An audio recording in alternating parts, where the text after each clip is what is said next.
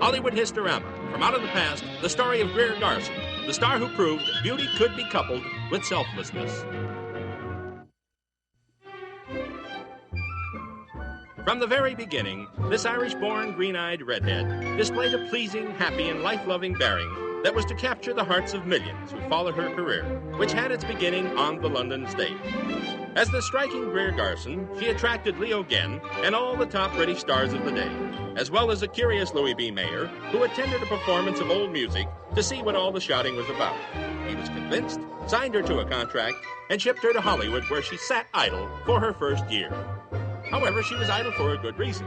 Mayer felt the scripts submitted for her were not good enough, until one James Hilton arrived on the scene with the screenplay for Goodbye, Mr. Chips. She was immediately shipped to England for the role, opposite Robert Donat, that overnight was to make her an international star. Returning to Hollywood, Remember and Pride and Prejudice preceded the memorable Blossoms in the Dust, which introduced her to Walter Pidgeon, her co-star of many pictures to follow, and affixed in the public's mind Greer's successful image of a beautiful woman dedicated not to sexuality, but to good works. Miss Garson's most important role became an award-winning effort as Mrs. Miniver was released in 1942, perhaps one of World War II's greatest morale-building pictures.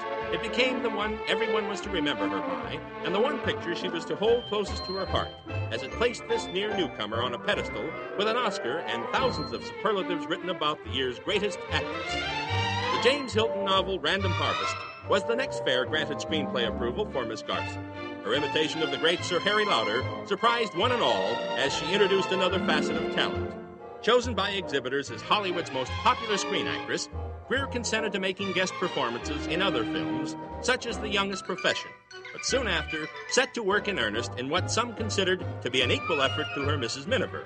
As Madame Curie, the French scientist who discovered radium, her penetrating and powerful performance won her a second Academy Award nomination.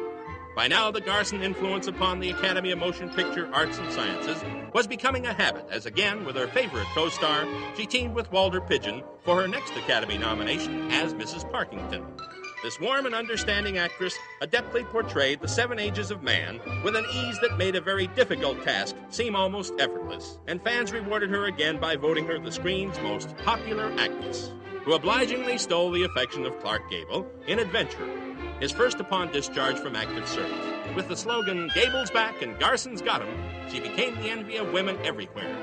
With Julia Misbehaves, That Forsyte Woman, which teamed her with Errol Flynn and Robert Young, The Miniver Story, the sequel to her greatest hit, fittingly climaxed the career of this Irish Colleen who managed to steal the heart of her American public.